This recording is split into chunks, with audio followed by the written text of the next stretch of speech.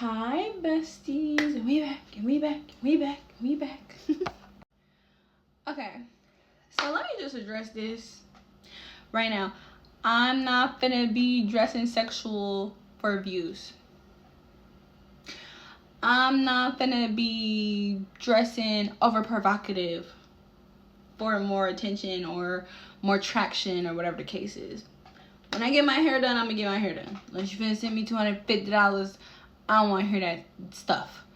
I don't care if I have big millions or if I could sell a certain appeal to a certain audience to get my views up. I'm not doing this to be a millionaire. I'm not really even doing this to be famous. This is my own personal therapy, and I feel like there's people out there that want to talk about some stuff, that want to talk about some things or want to hear somebody talk about some things that they probably don't want to talk about or don't have nobody to talk about it to. That's what I'm here for. I'm not here to be extremely smexy or aesthetically pleasing for the next person. So please stop suggesting it. Okay? I'm beautiful. I know I have a nice body. I'm very aware of that. I know what I could wear, what I could say, or how I could, get that appeal off. But that's not what I'm making these videos for. So y'all can cut it out. Seriously, y'all can cut it out. Okay? Alright. If I get cute, I get cute. Appreciate it. If I'm in my pajamas, because it's a midnight modules, then I'm in my pajamas. Like, you don't like it? Like I said in my very first video, la puerta. That means the door. Anywho, besties, now that we're back, I'm gonna put a trigger warning out at the beginning of this because I'm gonna be talking about substance abuse and my opinion and how I feel about it. And if you don't want to listen to that, don't want to hear that, now is the time to leave. I'll give you a second. Drink me some juice. Okay, I'm back. Now, y'all, I have struggled with certain family members that have been using substances since I was younger. And it makes me uncomfortable. It's something that I don't want around me. It's something that I don't care to have around me. And I know that, like, I don't feel like marijuana is a bad thing. I feel like if you let it control your life, it could be a bad thing. I feel like any addiction is bad. If you're a functional user and your life is okay and you're living good and you're not somewhere just spaced out, I also feel like that's okay. And I also feel like if you're somewhere spaced out, that you're content with that. And even if you're not content with that, that's somewhere that you are in life, and that is where you're gonna be at, and that's okay. But I just don't want that around me. Like, even the functional people, I don't want it around me either, depending on what is going on. And yes, I could be picky and choosy about who's gonna do whatever substance around me. That's my own choice. That's my own prerogative.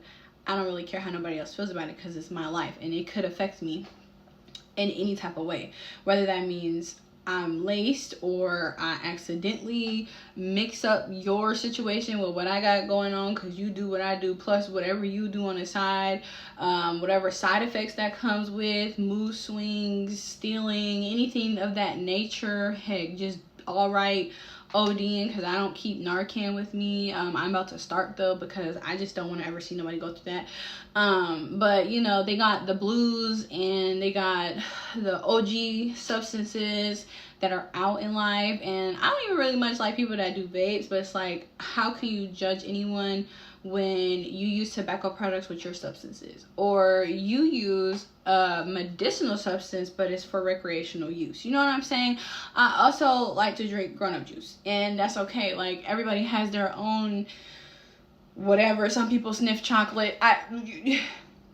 All I'm saying is, whatever you're doing in life, that's okay for you to do. If that's what you want to do, I'm okay not to deal with it. Like, I have a family member that's really close to me, love them to death.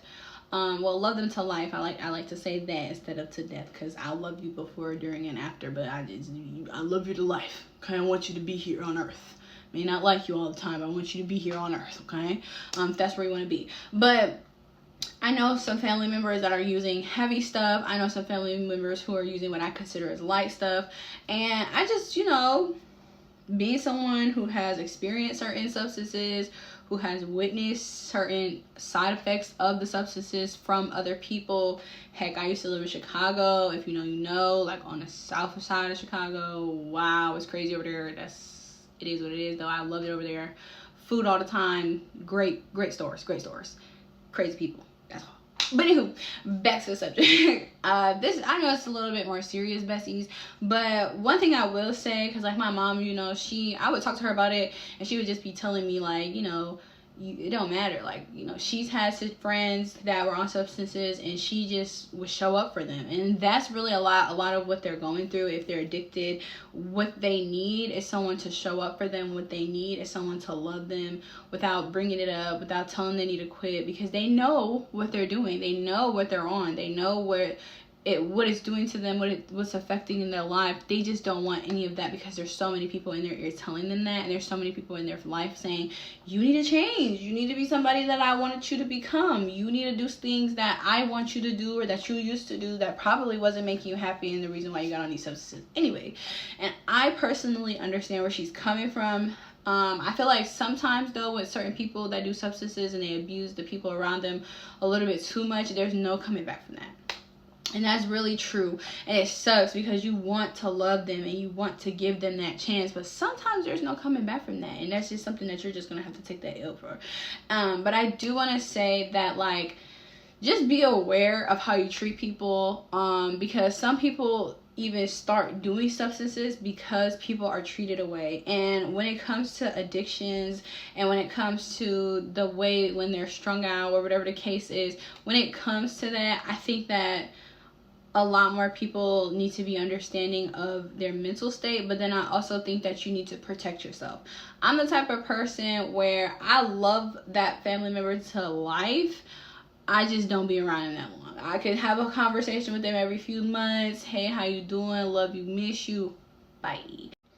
And because of that, I try to keep it as healthy as possible as far as distance, respect, and what they got going on.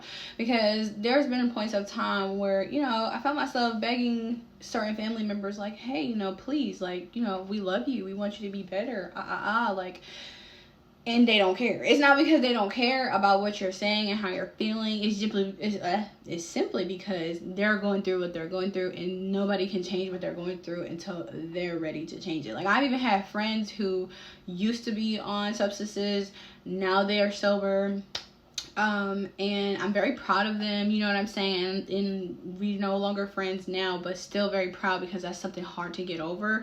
And at the end of the day, it's like they were ready to figure it out. They were ready to get over it. They were ready to do better with themselves, and that's what they wanted to do, and that's amazing. For me, when it comes to the 420 substances, I've been sober for about almost 3 months. By choice, yes. Is it hard? Yes. Do I get impulsive? Yes, because I be like, I want to blow, I want to burn, I want to and I don't need it. I use that as a dopamine kick because of my ADHD, and sometimes I use coffee, or sometimes I go for walks, or sometimes I listen to music, because those also give me that dopamine kick that I need if I was using the 420 substances. But sometimes I use adult juice, and I'm okay with that too, because it's my life and I'm living it, and I'm trying to figure out how to cope and do that without feeling like I need it. You know what I'm saying? Like, when I'm in high stress situations, I used to go burn. When I'm in when I'm bored, I used to burn. When I was hungry, I used to burn. Like, it used to be like, I just need to do it before, during, after, in the middle of doing it, I need to do it again. Like, I was just rolling up, okay? I remember, when I was going through postpartum, baby, 5 pack of backwoods every 2 hours. This is no exaggeration. 5 pack every 2 hours. I probably would go 2 days, maybe the most, 24 hours without using, and yeah, it was a problem. And then I started to get an addiction to tobacco. So, like, it's just a lot of things that you need to take and understand. Like, you don't need it. it's okay. You can survive without it. And it's hard to kick some things off than others.